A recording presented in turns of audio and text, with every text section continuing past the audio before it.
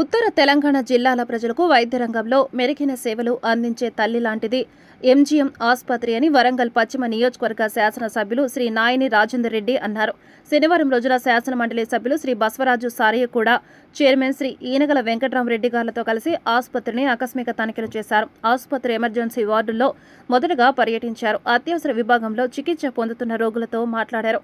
అత్యవసర సేవా విభాగంలో ఉన్న x-ray, lab, oxygen store, CT scan, ultrasound స్కానింగ్లను పరిశీలించారు. రోగులకు అందిస్తున్న భోజనం మరియు భోజనశాల పరిశీలించారు. పురుషుల, మహిళల వార్డులను, ఫార్మసీ స్టోర్, చిన్నపిల్లల అత్యవసర విభాగ కేంద్రాన్ని సందర్శించారు.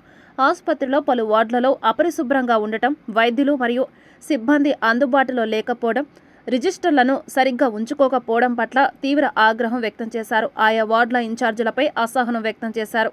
పేద, మధ్యతరగతి ప్రజలకు గుండె లాంటి ఆసుపత్రిని బాధ్యతాయుతంగా ఉంచుకోకపోవడం చాలా బాధాకరమని అన్నారు. ప్రతి ఒక్క సిబ్బంది, వైద్యులు, అధికారులు నైతిక బాధ్యతగా వ్యవహరించి ఆసుపత్రి పట్ల ప్రజలకు విశ్వాసం కల్పించాలన్నారు. ప్రజలకు సేవా విషయంలో ఆసుపత్రి నిర్వహణ పట్ల అభద్రతాభావం కలిగిన వారిని వెంటనే విధుల నుంచి తప్పించాలని, పని చేయలేని పక్షంలో స్వచ్ఛందంగా బదిలీలపై వెళ్లొచ్చని ఆదేశించారు.